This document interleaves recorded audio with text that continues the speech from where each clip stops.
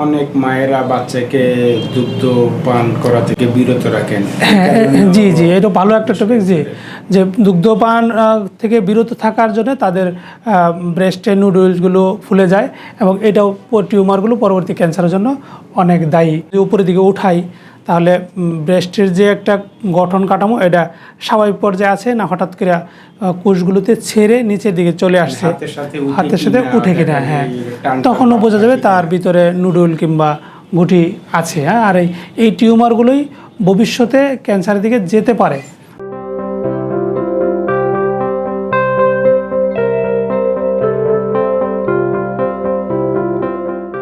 সাধারণত ব্রেস্ট ক্যান্সারের কমন কিছু প্রশ্ন আসে যে আমি কিভাবে বুঝবো আমার ব্রেস্ট ক্যান্সার হয়েছে, আমার স্তনে টিউমার, এটি কি ক্যান্সার হবে ভাইয়া, এই ধরনের অনেক প্রশ্ন।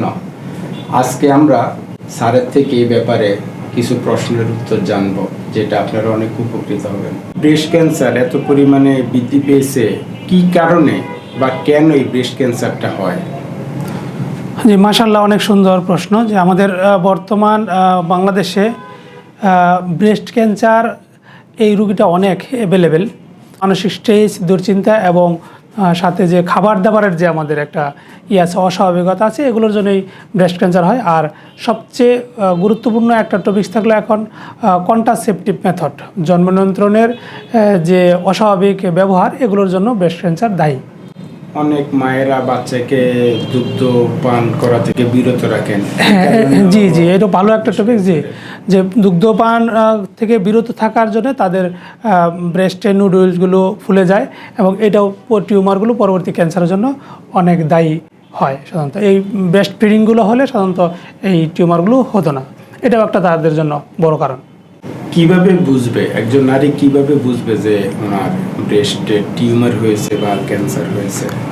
জি, মাশাআল্লাহ, যে ব্রেস্টে টিউমার কিংবা ক্যান্সার হয়েছে আমরা বুঝবো এভাবেই, যদি আমাদের ব্রেস্টে অস্বাভাবিক কোনো নুডল বা গুটি মতো দেখা যায়, আর এছাড়াও হঠাৎ করে কোনো টাইমে যদি পেইন হয়, কোনো একটা জায়গায় হঠাৎ করে পেইন হচ্ছে, কিংবা নিপিল অংশে ফাটা ফাটা ভাব, কিংবা কোনো রকম রস যদি আসে, তখন আমরা বুঝতে পারি যে আমাদের ব্রেস্টে কোনো ধরনের টিউমার কিংবা ক্যান্সারের কোনো জার্ম আক্রান্ত হয়েছে। ব্রেস্টের যে শেপটা, এই শেপ চেক করেও বোঝা যায় যে, হ্যাঁ, অনেক সময় আমরা পরীক্ষা নিরীক্ষা করে যখন বুঝতে পারবো, প্রাথমিক পর্যায়ে আমরা এই জিনিসগুলো বুঝতে পারবো। এছাড়া যখন ডাক্তারের শরণাপন্ন হব তখন আমরা এফএনএসি টেস্ট কিংবা বায়োপসি টেস্ট যেটা বলে, এই টেস্টগুলোর মাধ্যমে কোনো নুডল যদি পাই, এখান থেকে নিয়ে আমরা বুঝতে পারি যে ব্রেস্ট ক্যান্সার বা টিউমারের দিকে যাচ্ছে।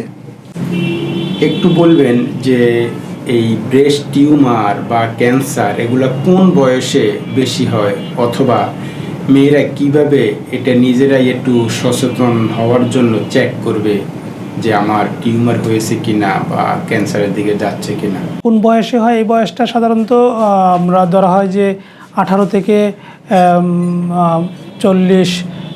40-45 বছর পর্যন্ত এগুলো হয় সাধারণত। এগুলো আমরা কীভাবে বুঝতে পারবো? স্বাভাবিকভাবে আমরা যদি একটু সচেতন হই, যেমন আমাদের এই ব্রেস্টের আকার আকৃতি এগুলো এবড়ো থেবড়ো কিংবা এলোমেলো ভাব হঠাৎ করে হচ্ছে কিনা, আর তাছাড়া যদি আমরা হাত যদি উপরের দিকে উঠাই তাহলে ব্রেস্টের যে একটা গঠন কাঠামো এটা স্বাভাবিক পর্যায়ে আছে না হঠাৎ করে কোষগুলোতে ছেড়ে নিচের দিকে চলে আসছে, হাতের সাথে উঠে কিনা, হ্যাঁ, তখনও বোঝা যাবে তার ভিতরে নুডল কিংবা গুটি আছে। হ্যাঁ, আর এই টিউমারগুলোই ভবিষ্যতে ক্যান্সারের দিকে যেতে পারে।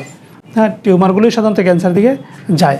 তো টিউমারগুলো হলে ডাক্তারের শরণাপন্ন হতে হবে। ডাক্তার পরীক্ষা নিরীক্ষার মাধ্যমে সে ক্যান্সার হয়েছে কিনা সে বলবে। এই জন্য আগেই ক্যান্সার হয়েছে কিনা এটা টেনশন করার প্রয়োজন নেই।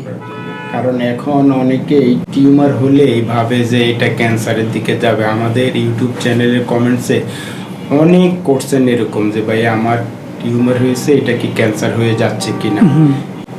স্তনে টিউমার হলেই কি অপারেশন করতে হবে, বা এই টিউমারটি যদি অপারেশন করা হয়, আপনার বিভিন্ন ক্লাসে দেখেছি যে টিউমারকে যদি অপারেশন করা হয় তাহলে এটা আরও বৃদ্ধি পায়? মাশাআল্লাহ, না, আমাদের ব্রেস্টে যে টিউমারগুলো হয়, টিউমারগুলো অনেকগুলো আছে, গ্রুপ আছে।